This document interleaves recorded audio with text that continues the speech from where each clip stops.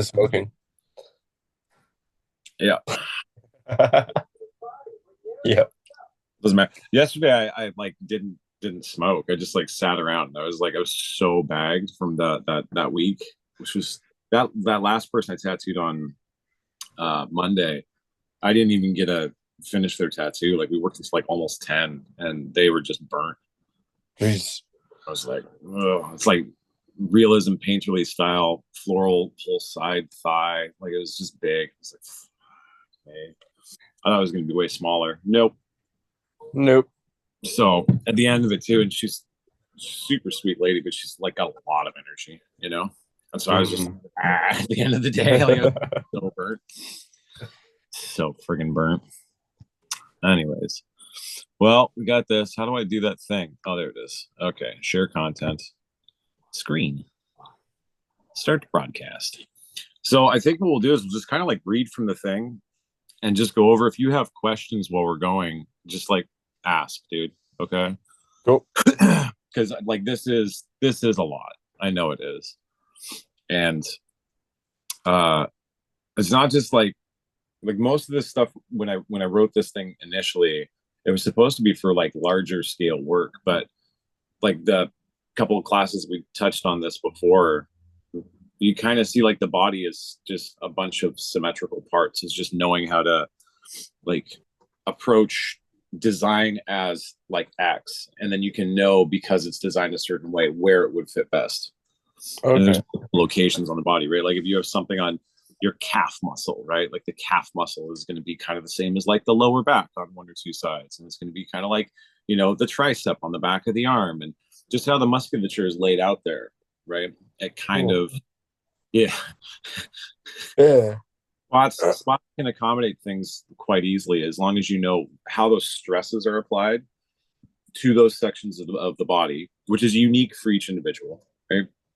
But if you know where those are, then you can just kind of like, all right, well, my design shouldn't bend this way. It shouldn't compress here.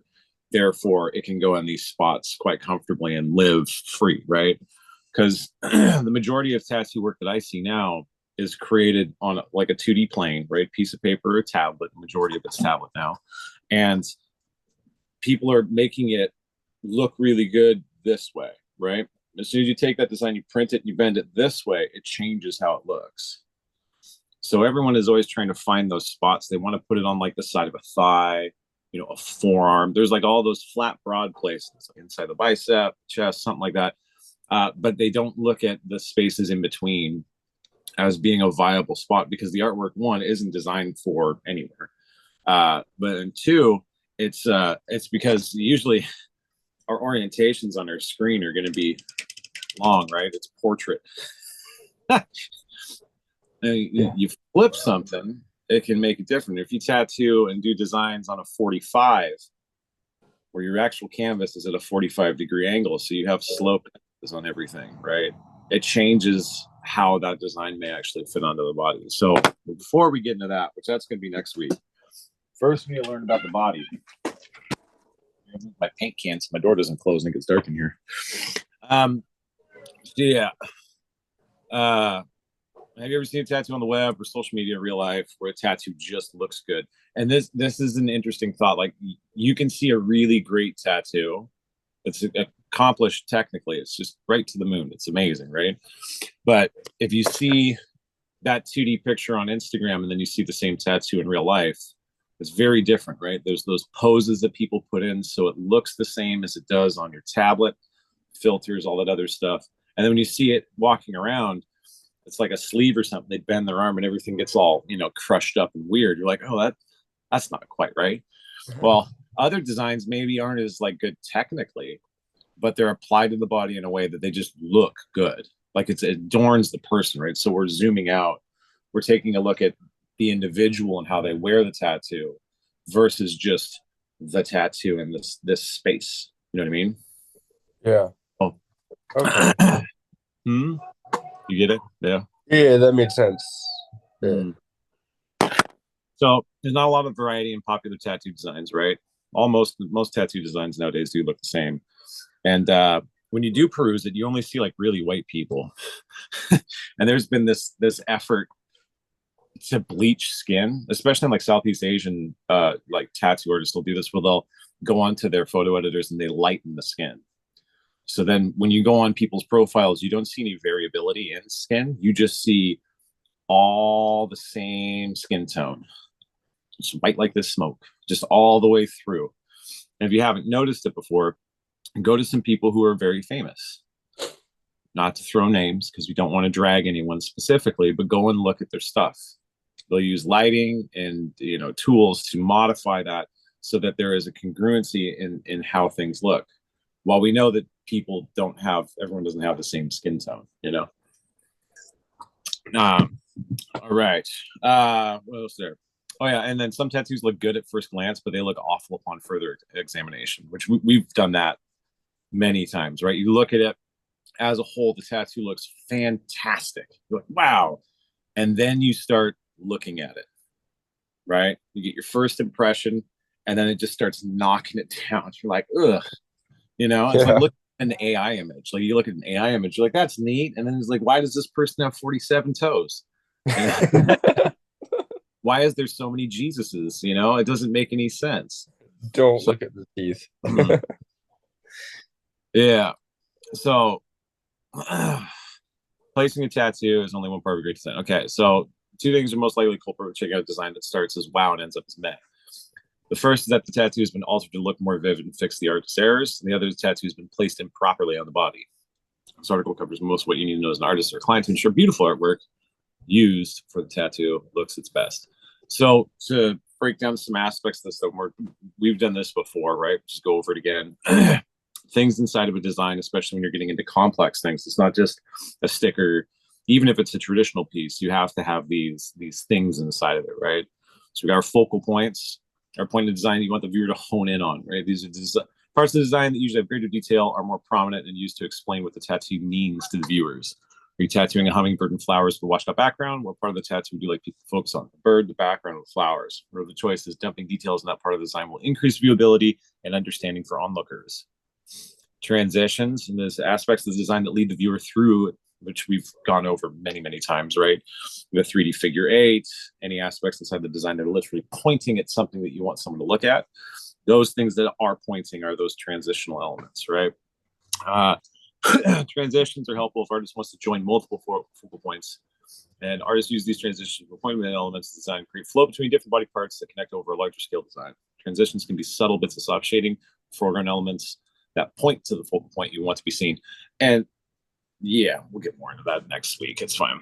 And viewable point. And this is something that a lot of people don't take into account when they're doing their artwork, is they're not thinking about where the person who's looking at it is in relation to the tattoo. If somebody has a back piece and you're standing face to face talking to them, you don't see the back piece. Inversely, if you have a tattoo on the inside of the bicep and you are talking face to face, you still can't see that tattoo. People have to show it. So you figure how they're going to show it, right? They take their shirt off, they do this, even if it's on a forearm, inside, outside bicep, thighs, whatever. You have to think about where that person is standing and what the situation is when you're doing the design as to how that's going to come forward and be read by the onlooker, right? When we do tattoos, and we all have tattoos anyways, right? When you get the tattoo and while you're taking care of it, it's like this honeymoon period where you're constantly aware of it. You constantly are thinking about it, caring for it, doing this. And then after it heals, you slowly stop remembering that process and it just becomes a party. And this happens with everyone. So when a client gets a tattoo and they're really, really focused on the process, especially when they're first getting the stencil placed, they're thinking about how am I going to look at it? But they're not thinking about how is someone else going to look at it. And that's important, right? To remember that this is going to become a part of you. There's going to be a point in time for some people in their lives where they've had the tattoos, or multiple tattoos even, longer than they have not. You think if somebody's getting sleeves at 18, by the time that they're 40, they've had that sleeve far longer than they did not. And so they're not going to pay attention to how people interact with it in their environment. It's just them at that point in time. So when we're doing the designs, we have to think about where those focal points are, how you want people to interact with them, right? and if they should be pulling people in to discuss more about it. Like, is this going to be like a story that you want to have a bunch of questions for, or is it something that you want to push people away with, or you want to dehumanize it, moving it away from the person? So it's more of like a type of armor, right, that can keep people at bay rather than coming in and maybe asking stupid questions, which I really should add in their stupid questions. But that'll be another class, because your fucking first goal, of course, is make it look good, right? The second goal is to answer any stupid questions with your design. If somebody comes up and they go, "What is that?" That is a stupid question that could have easily been avoided by either placing it differently initially, like during the stenciling phase and application, or doing the design differently. This is all preface stuff, right? if you place it poorly and it doesn't make sense, people are going to look at it and they're going to go, "Why?" Even if it's abstract, right? And there's no meaning behind it. You can place things in a way that people are like, "That looks really nice. What is it?" At least it's prefaced with something, right? Why did you get it? There's all those questions, and that comes down to how complex the design is and how easily led it is through that viewer's eyes. If we do something that is abstract, it is going to ask a lot of questions, or like bring up a lot of questions to ask, because people aren't going to know what the hell it is. While if you have like a really sick Japanese dragon, people are going to go, "Japanese dragon." They're not going to ask those questions, right? Anyways. So onto the skin. The skin is a wonderful organ. It covers our bodies, keeps us warm, and makes sure we don't get sick from all the pathogens that lurk in every crevice of our existence. It's also home to the pigment used to create unique tattoo art. Any blank area of skin that is being prepared for tattoo requires serious consideration when being mapped for design. Simple questions that should be broached when mapping a body part include: how mobile is the area that will be tattooed? So mobile is just how much stress is going to be applied to it, right? This is most of them. Does the skin stretch or contort if it's moved? So mobile, do this. If it's on someone's hand and they talk with their hands, how often is that tattoo going to be seen? How complex should it be? Oh. Should you lean more towards something that is much more subtle, something that's hyper complex, something that this person who's always talking with their hands has to hold still? Are they going to be able to? Right? But you don't know. Probably not. Maybe you should make it more simple so that people can just still get most of their questions answered while they're moving their hands around, talking all willy-nilly, right? Well, somebody who is maybe just very, very slouchy and doesn't move a lot, you could put a fixed image on them, and you don't have to worry so much, because of who they are, about a lot of those stresses occurring on their body, right? So that's something to think about, is how is this person existing in their world first, right? Because that can help lead you through the story. If you've got a really complex multi-point piece with like 100 focal points, I have a bunch of these, you have to think about how that person is, what their job is, where they live, what's the lighting like, all those things that make them individual, right? And then that should help lead you through the design. That's when we get our information initially off of tattoo consultations, our brains are constantly populating the design right from the start. We're already coming up with something. Everything that they give us, we're just starting to rank and file it. When the client may just be working through stuff. They're like, "I want a bird." You're like, "Bird."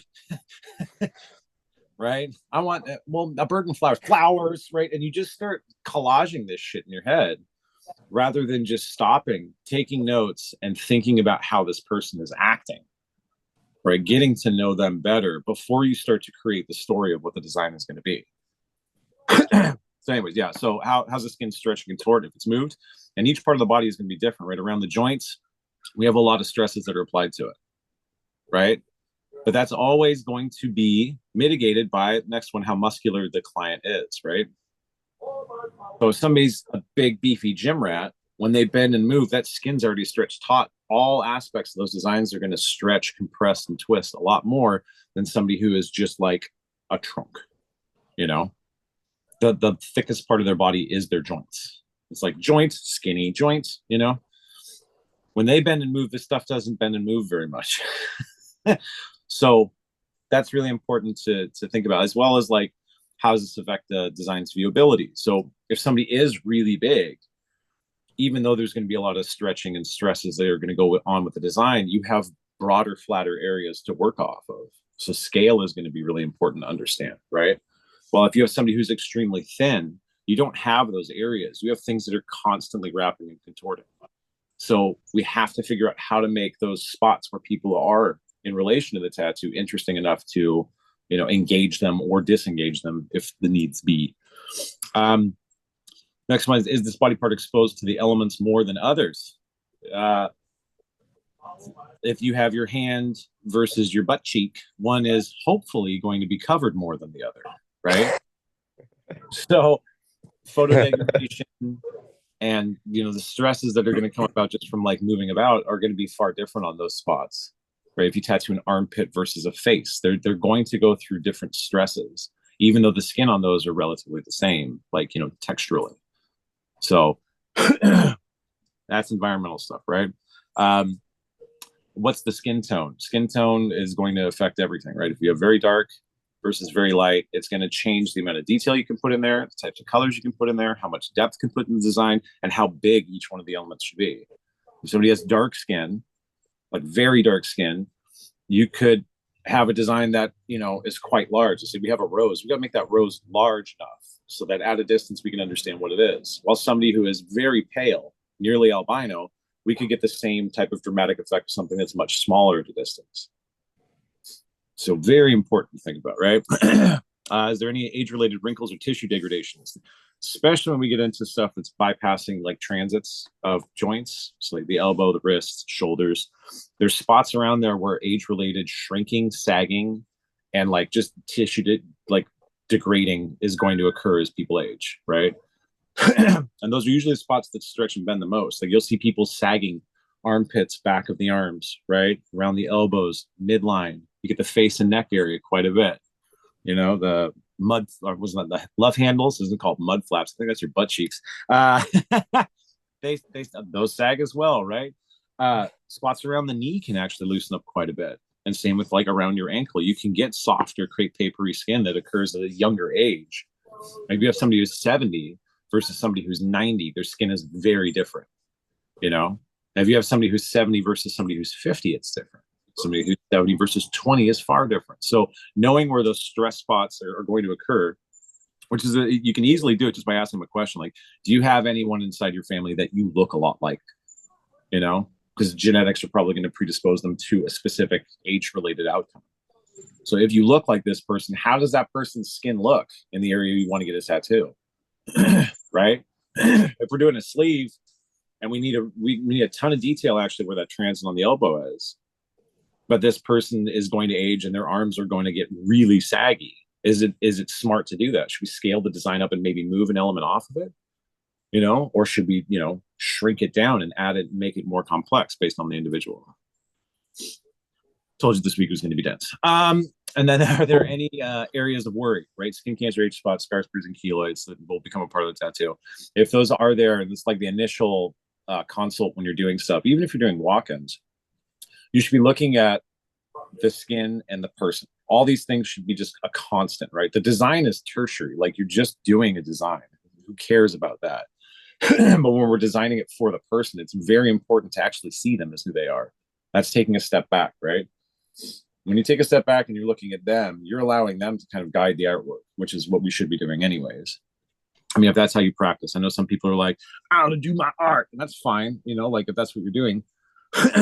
But when we get into doing custom work, and this is custom tattooing, right? You have to be designing the tattoo for the individual. Cool. So far, any questions? No. Okay. Custom tattoos versus custom artwork. So every client is different. They all have different lives and come with different skin. This is why all designs that are large scale, specifically from the beginning to creation, take into account the individual, not the design. All designs that are fit to the body are considered custom tattoos. Bless you. Bless you again. Compare that to custom artwork designed before the client is ever consulted, right? And that's custom artwork is excellent. It shows the skills of an artist, can help wandering clientele make decisions about what it is that they enjoy looking at. They may even enjoy it so much they choose to put it on their body. Custom tattooing can come from custom artwork, but there's no need for every design to be retrofitted to fit the body of an individual client before it's considered a custom tattoo. Yeah, this is where we can get into creating designs right off the hop that can be adjusted on the fly to fit anyone, right? And that's just knowing how to map it to the body. There's like, we all have, for the most part, the same muscles on the same bones, right? They're just organized differently. They're different shapes or different sizes, but they are, in the majority of the population, in the same space, right? Of course, there may be like amputees, people have congenital defects, or there may actually be, there's like an extra tendon that's found inside the forearm in like a percentage of the population, which is kind of interesting. So those things and knowing about the anatomy is really important, because when you start seeing similarities across the board, you can just create a design that you know is going to fit in 5 spots, rather than just being like, this is broad and flat, this goes on a leg, which doesn't do anything, right? And it has to be this size. It has to take this long. It's just, it doesn't make any sense. All you're doing then is just like dictating a painting. I have a 12 by 14 canvas. This will take me 16 hours. People aren't canvases. All right. So everything underneath the skin influences design. So muscles make it possible for humans to move through the world. A person's mass and muscular definition can influence how tattoos age, as well as how the world views it. A very vascular person with large muscles at nearly 7 feet tall will require a different design compared to a person who's 5 feet tall, weighing 250 pounds, and has almost no muscular definition past their calves, which I thought was funny. While everybody has the same muscles except for one form. Oh, there you go. Each person is built differently. If an artist designs a full-back koi fish designed for a professional wrestler, the same design may look different on somebody who lives a different life, right? If I'm tattooing the Undertaker, and then I've got Maud from the friggin', flower store, the approach to the design is going to be different. It's not even just taking into account, they could have the exact same style, the same. They came in for matching tattoos. Matching tattoo. And it should, if you do it correctly, it should be able to be done, right? Like that's the whole idea of like tattoo flash, like the flash from the 80s, 90s, and before. These things were designed very specifically to fit on the body in a very specific way. There's already, 50 years worth of work understanding what designs look good where, and when you got into the really big, like just these crazy fucking pieces of work, like Paul Booth stuff or some of the Jeff Bartel things, like it was, Bob Tyrell had some of the cool ones too. They were designed in a way that you could put them basically anywhere. And I don't know if they knew that, I'm making the assumption that they did, especially Paul Booth, but their designs just had constant congruency where they had a diagonal element that was flowing through them. They were shaped in a very loose way. Or like Guy Aitchison talks about that a lot, like having like a loose S, a 3D figure 8. Like using those approaches to the design make things better fit for the body, but it's not a perfect fit. It just makes it so it's close enough. It's an approximation that it can go anywhere on the body. But you can go further than that, right? You can start making designs that will fit anywhere on the body, as long as you take into account a few things. But the first thing, we'll get into that next week. I just want to start talking about it too, but we got to do all the preface here. Anyways, yeah, back. So the bones are structure and support of each person. Bones are connected to the muscles by tendons. Bones are connected to the ligaments. Length and girth of each bone is apparent visibly. Its apparent visibility through the skin can create distortions when interacting with tattoo designs. Think of the fingers versus the thighs. Each bone inside the body is unique. It should be looked at individually when mapping design. Before starting any large-scale tattoo design, you should know the bones anchored to the muscles or basic anatomy. And this is like really important. As we age, we lose muscle mass.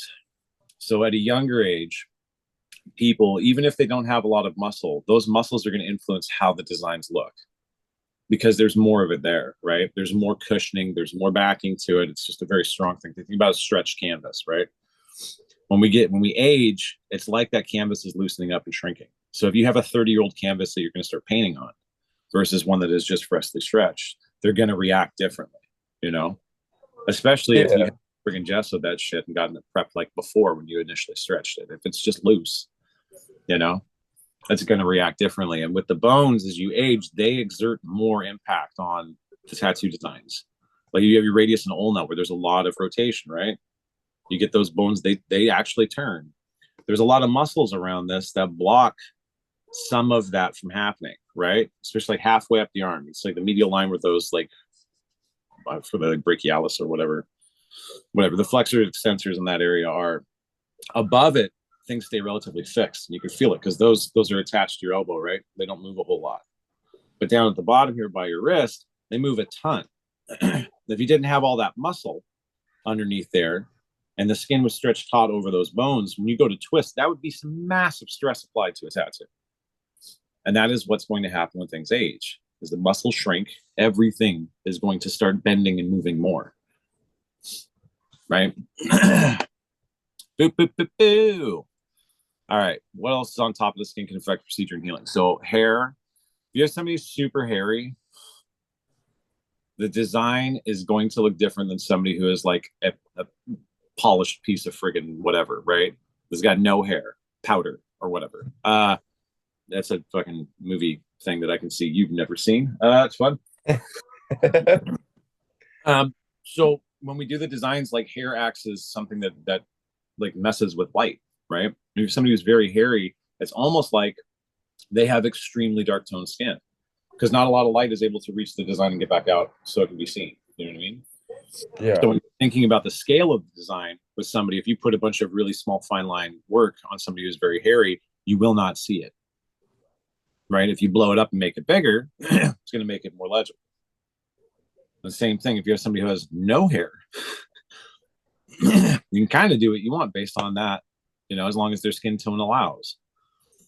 So paying attention to how many razors you use when you peel this up and get them prepped is important. If you use 12 razors on a thigh, you probably need to adjust your design, right? Maybe just do trample. Yeah, this is like, you know, masculine, feminine versus it, right? You know, and like non-binary, some people will be like, you know, they'll be pushing the hair growth for, you know, personal reasons or whatever.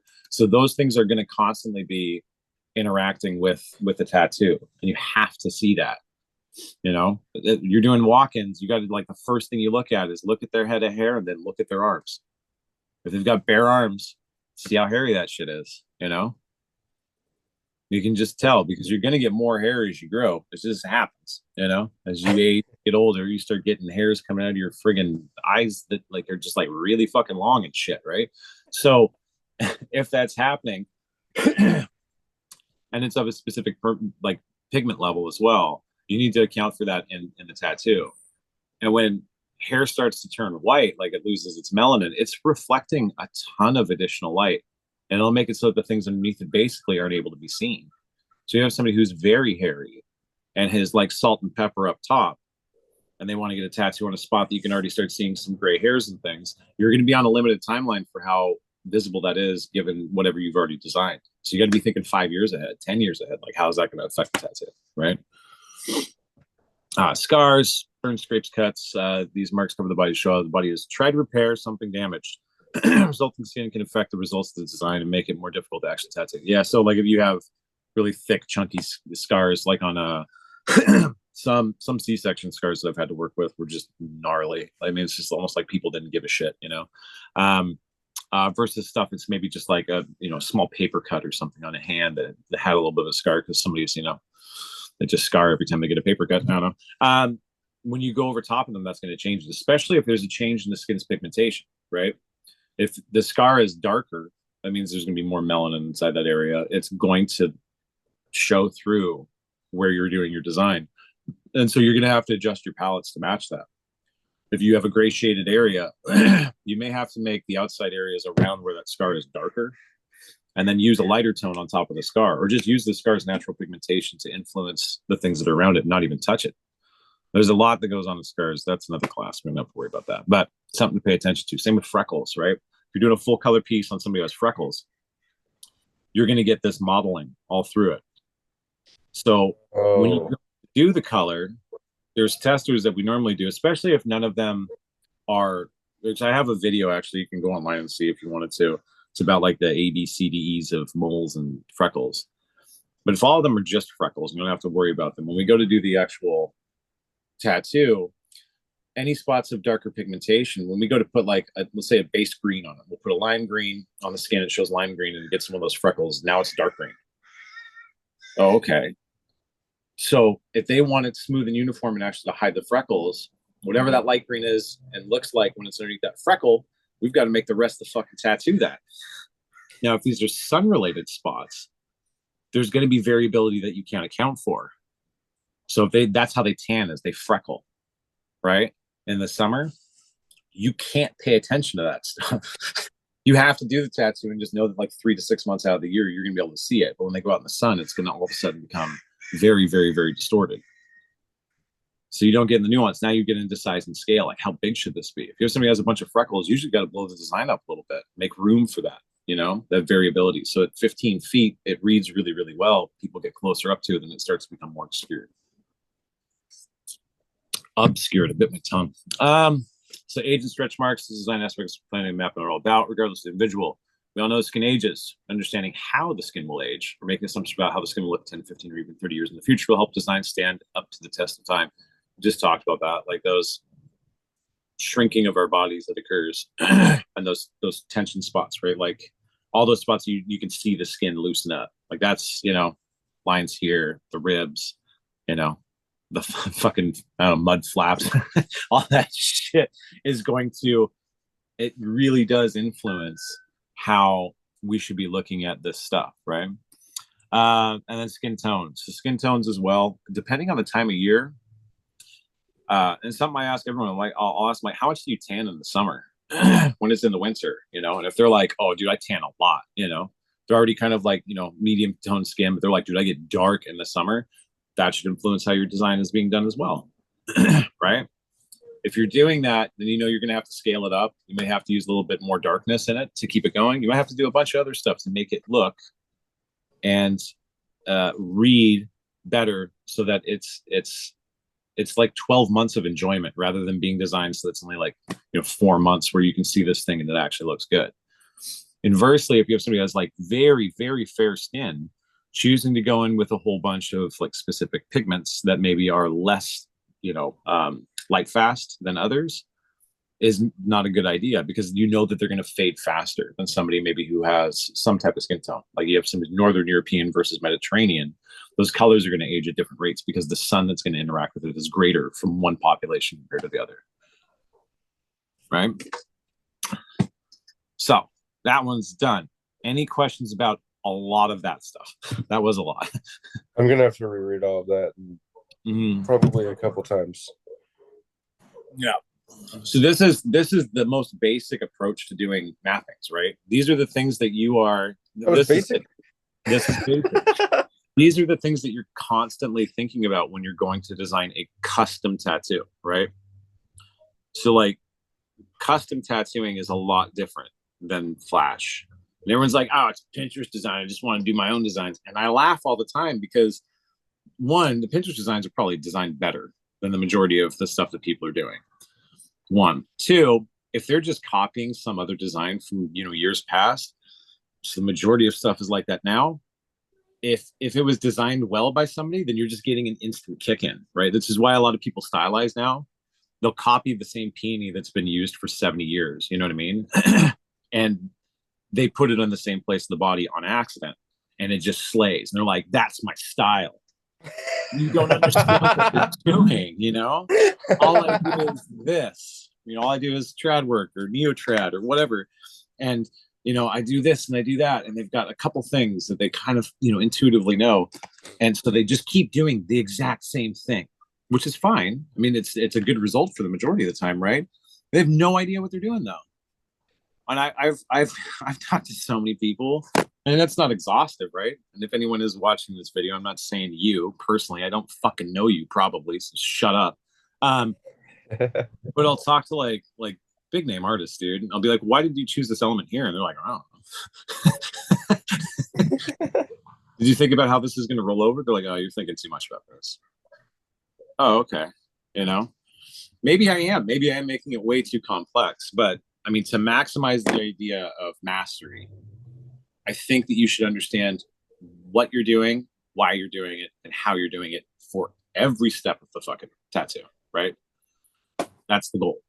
The artwork is tertiary. That doesn't matter. Everyone can get better at art. It doesn't even take a long time, You do a 6-month course. Hey, and then you just like fucking artwork's getting way better, right? But you understand why that way. That sucks. This is the fun theory part of tattooing, which everyone fucking just like, no. Anyways, next section. Muscles and fascia. The muscles and connective tissues are a variable that constantly changes throughout their lives. How it should be like anyone's life. If you start or stop working out, get hurt, or advance in age, your muscles will change in size, which affects length, thickness, strength of your connective tissues, and affects the skin above it. This is inevitable. Designing a custom large-scale design requires knowledge of human anatomy and excellent inferential skills. Every design on every person must go through a reasonable vetting process.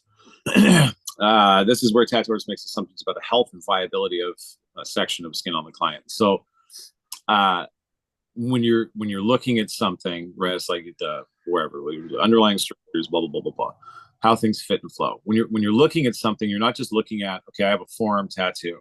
Boom, this is where they want it. This spot right here is where the tattoo is going. Fucking A. This is part of a larger body, right?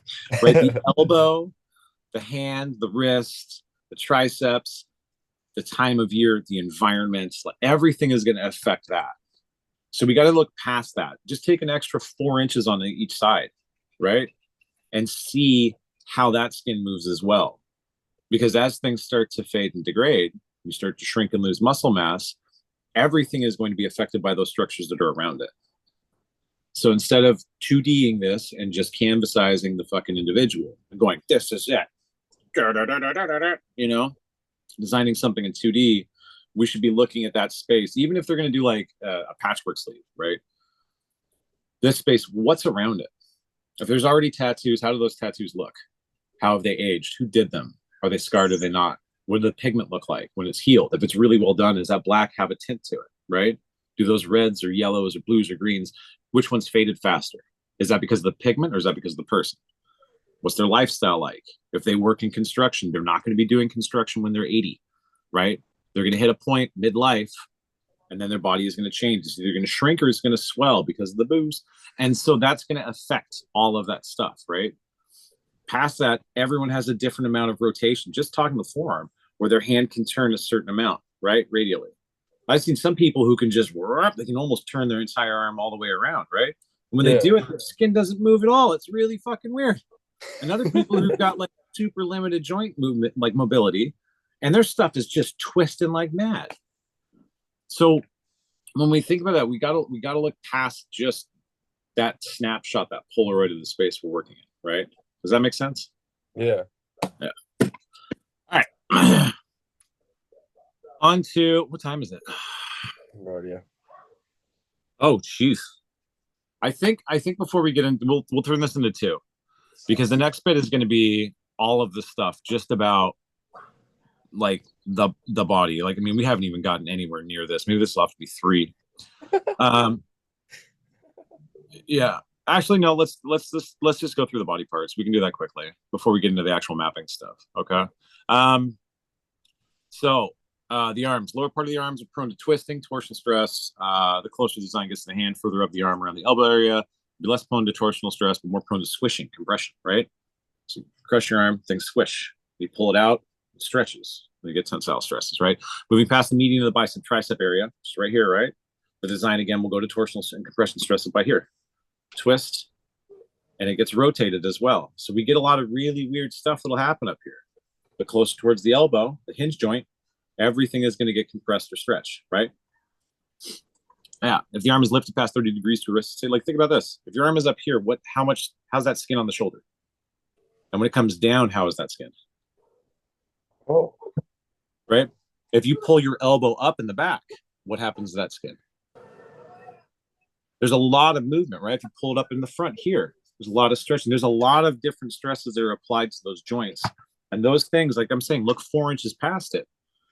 That 4 inches midline to the bicep, when you lift your arm up, this skin gets tight here. It's compressed. This stuff stretches. So if you have a design that's out here on the outside of the bicep, tricep line, right? That is going to be experiencing a ton of additional stress just from this joint, as well as from down here, because when you bend and stretch, it loosens and tightens that skin as well. So if you're just doing a 2D design, it's like, it's flat, nice, got it. Pretend it's 2D, you place on the body. As soon as that person moves from wherever you're tattooing them and starts to exist and live, that tattoo is going to look way different. And it's also going to have to deal with the stresses of aging, right? The skin around here loosens quite a bit. Same with back here. How is that going to take that design and modify it in the future, right? it's probably going to end up shifting one way versus the other. So if it has to be really straight, it's going to get crooked. If the person's OCD is hell and they're like, this is an architectural design that has to be plumb with the ground, it ain't going to be like that in 5 years, bud. You're 47 years old. This thing is going to change a lot, you know? And the worst is with people who are under 25 because they have no idea that they're going to die one day from old age. Hopefully, old age. God bless them, right? So you're looking at the design, they're like, this is perfect. It will always be like this. No, it won't.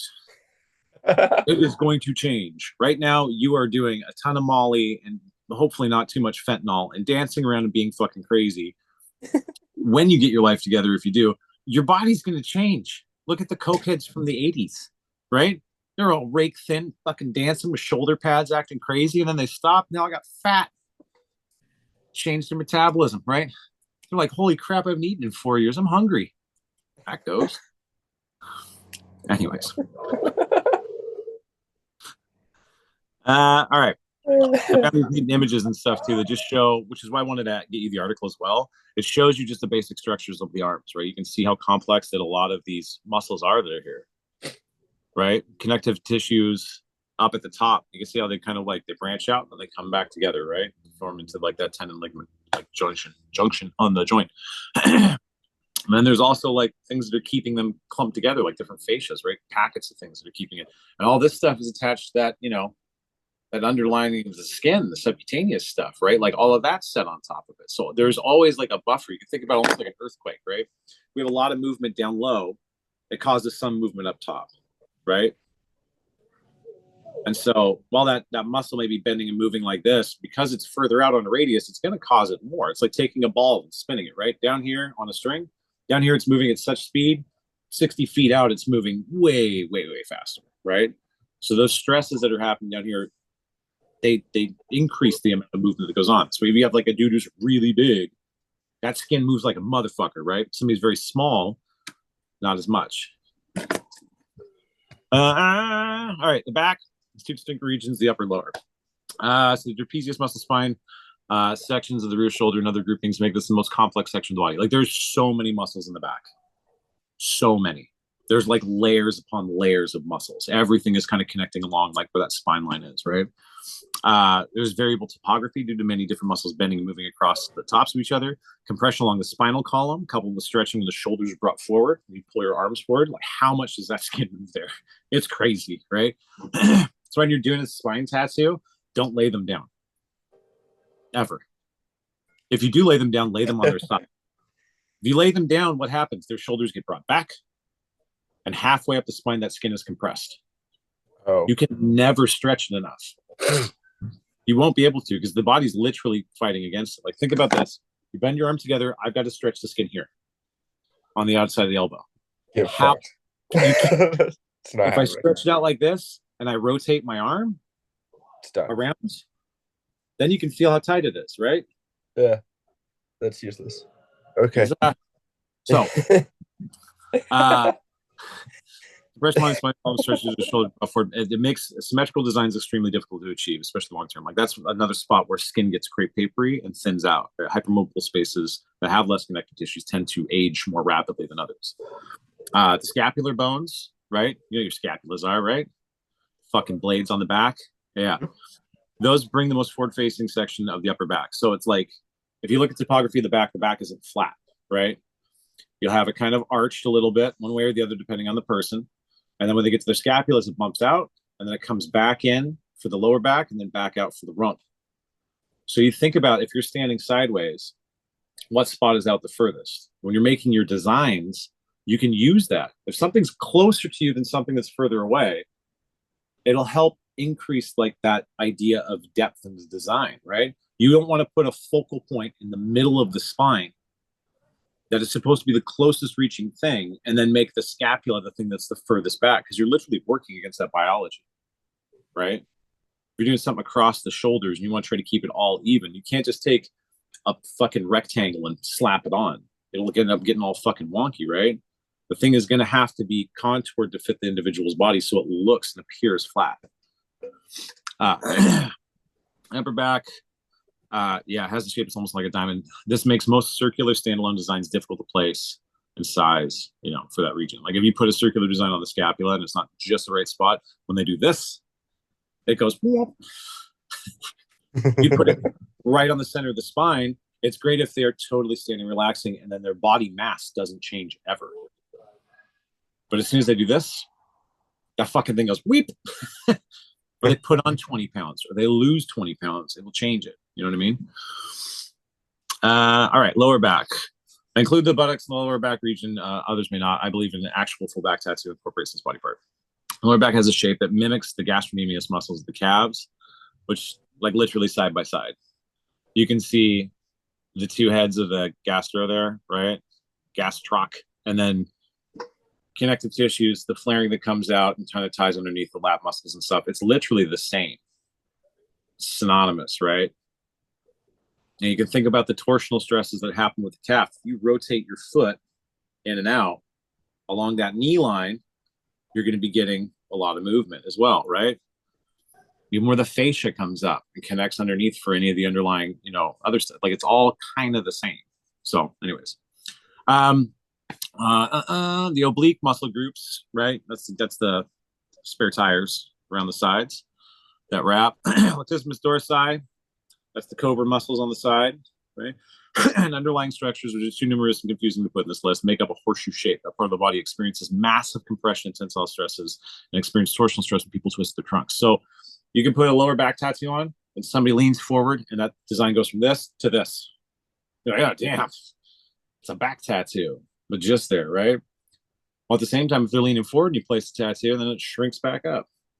If you put it like on one side, they lift their arm, that stuff stretches so much. This pivot side to side, front to back is just most expressed right along that midline section. So if you're doing something that has a lot of detail, that's going to really get moved around, especially if you're designing like a back piece, right? It's easier to create a design that carries down onto like the butt because it's more fixed. Even though it has stresses that are there, it's not going to be as expressed as if you stopped the pant line. So you include that as well. So it's not just like a tapering effect or something that has a ton of detail up top and slowly slopes down until it just kind of disappears, right? You'll have that whole area because then you can include like the ribs, like a section of them, and then you're also thinking about viewability. Anyways, I'm going to start talking about all the art stuff. We'll do that next week. The chest, pectoralis muscles, front deltoid, depending on the design, this body part experiences massive compression and tensile stresses, especially around the armpit and the collarbone. Just think shrugging. Just feel the skin there if you shrug. Right? Nice tight, very loose. Right? If you couple that with your arms coming out, how much like everything just ends up getting completely crushed up top while the bottom flares out. If you bring it back down, all of this stuff comes back together, right? The chest is difficult, especially because it's a transit area. You have basically like a fixed center line. It's almost like your spine, right? And then these like really, really, really just stressed out spots in the body where any type of designs end up getting pulled and pushed, right? It doesn't mean you can't do something that's really cool on them. It's just most people when they look, it works. Yeah. Nick Baxter did this really cool tattoo on Teresa Sharp a number of years ago. And it's just like this wing. It's offset. It's a really cool tattoo. And the spot up where the like transit from the chest onto the shoulder happens, he put like a corner of a wing. It's just like a wing that goes across. And across the collarbone line, there's a whole bunch of feathers, right? Not a ton of detail, but relatively dark. When you bend and move on that thing, it comes to life. It's really well designed tattoo.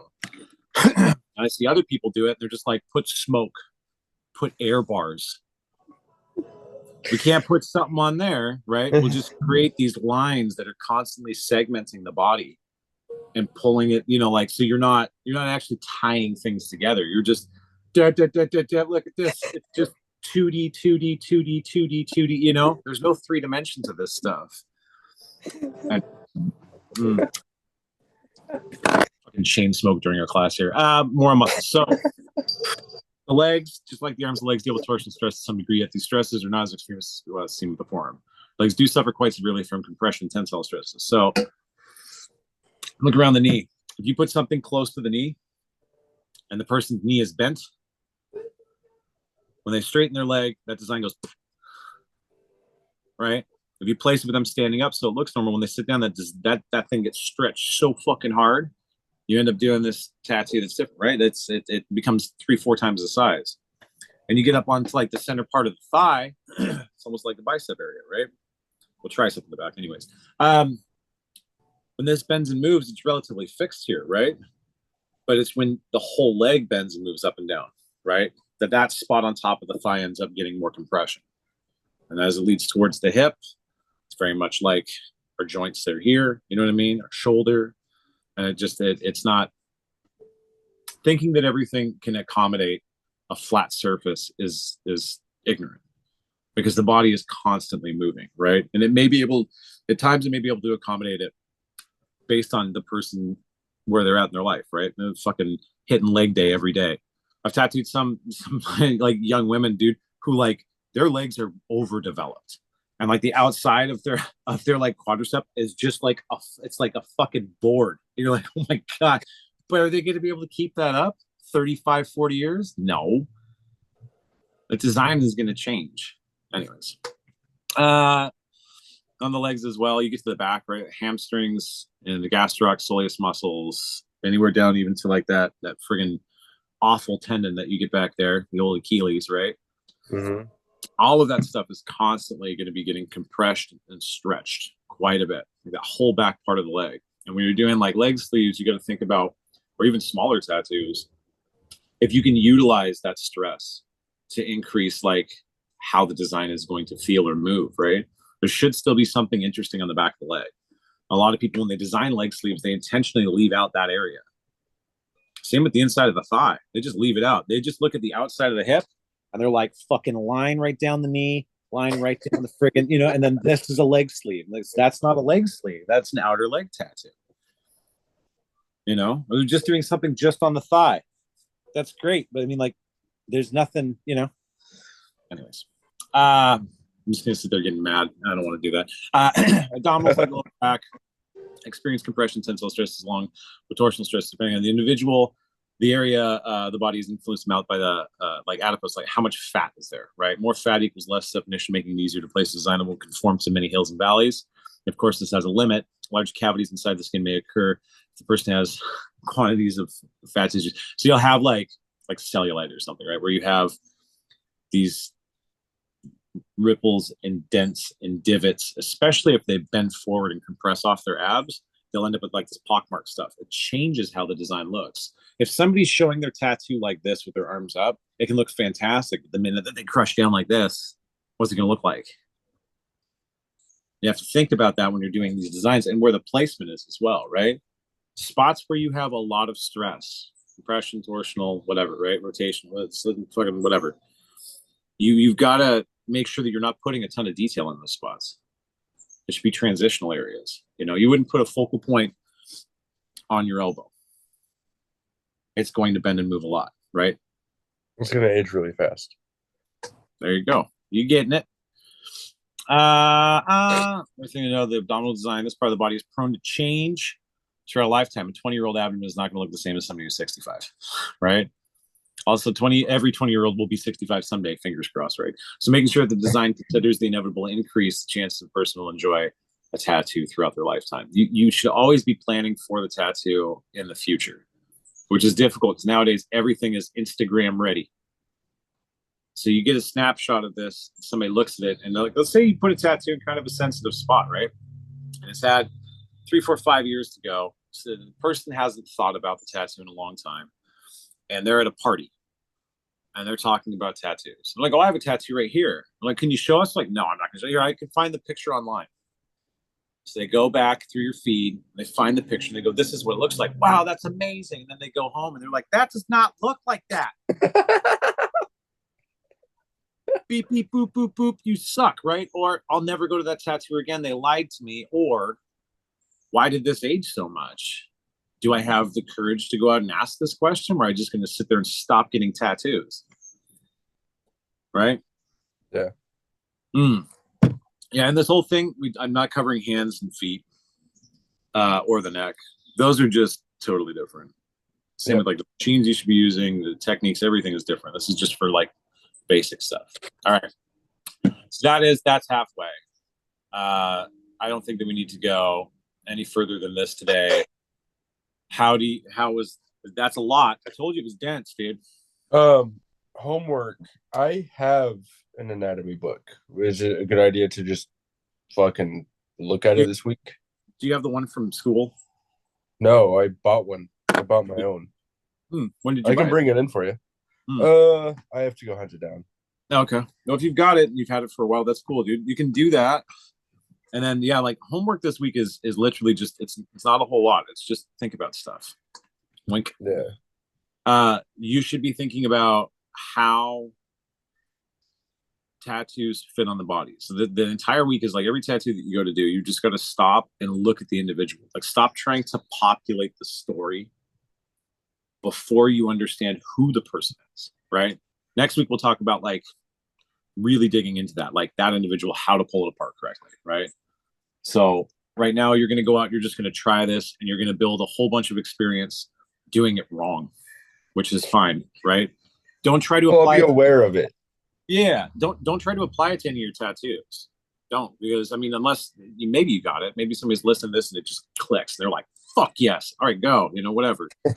But like, if you don't have enough experience to try and understand it, you've got to like just chill. You know what I mean? Like wait and give yourself just a break so that you can kind of see, like test the waters. And then when we actually figure out how to like look at each one of these spots, what questions to ask, that'll help you start populating that stuff.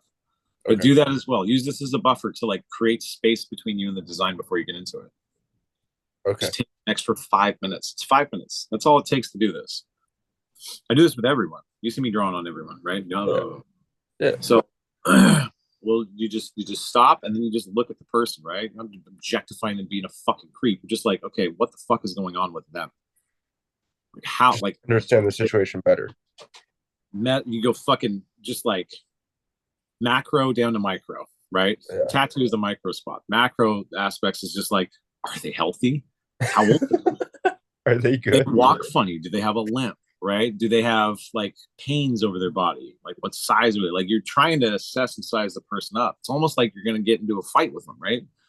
You're going to be fighting with that skin. You're just like, what the hell is going on with this person? Just do that. And then when you start looking at your design, when you go to place it, be prepared to do the stencil a few times. Maybe moving it over just an inch, shrinking it a little bit, making it bigger. Like one of those things can help make the tattoo look better longer term, right? And yeah, that's where experience comes into play too. Like initially, you're just gonna be like, "It's been my first 2 years of tattooing. I don't fucking know." And that's I just tape the stencil on them, and I just like I don't give a shit. Yeah, taping the stencil on versus placing it is okay for you if you know what you're looking for, but the client knows nothing. So rather than just taping it on and trying to get the placement right, which is what they're going to be focusing on, is not moving. What does this look like? You see it every time, right? Huh. They're not doing this. And then they ask their friend, where do I put it? Where do I put this? And they just fucking statue, right? And that's not, what you do is, even if it's not in the right place, place the stencil. Get it done. Make a couple, right? Bring them with you. Every time you do. Place it, say, this is probably not where it's going to go. Okay? I just want to see what it looks like when you move around. That's way different than just like holding up a piece of paper and going, what do you think of this? 2D placing. Imagine this wrapping a 3D space and then being in movement. No one knows how to do that, You're like well-trained artists have no fucking clue about that. That looks about right. I've designed it on someone else's arm. It'll fit yours fine. Doesn't work like that. Those templates that you get for like large scale designs where it's like, this is a sleeve and it has like the butterfly edges coming down, carve out. Those are fine to use as long as you know how the stuff in the body works.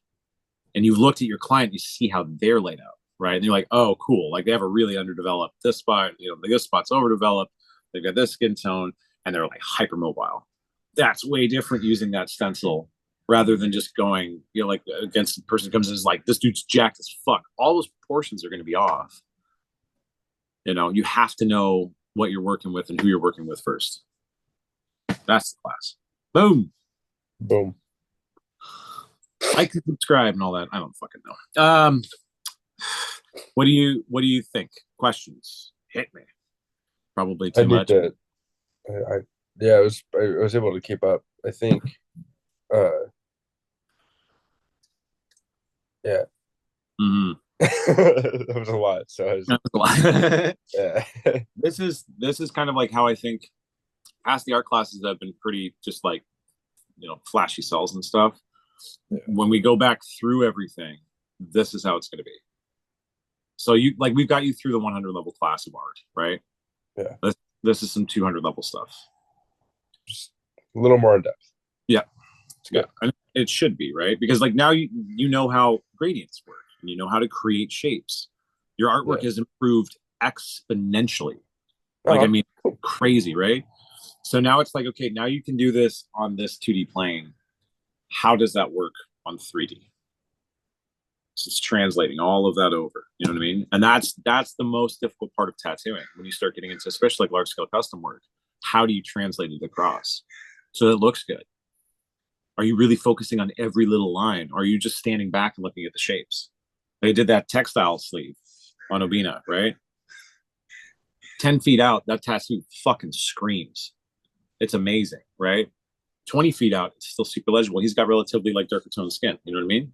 Yep. Up close, it may look a little bit rough. Its textile is not supposed to be perfect. It's not a geometric thing. You know what I mean? Mm-hmm. It's supposed to be dramatic at a distance, and that's what we designed it for.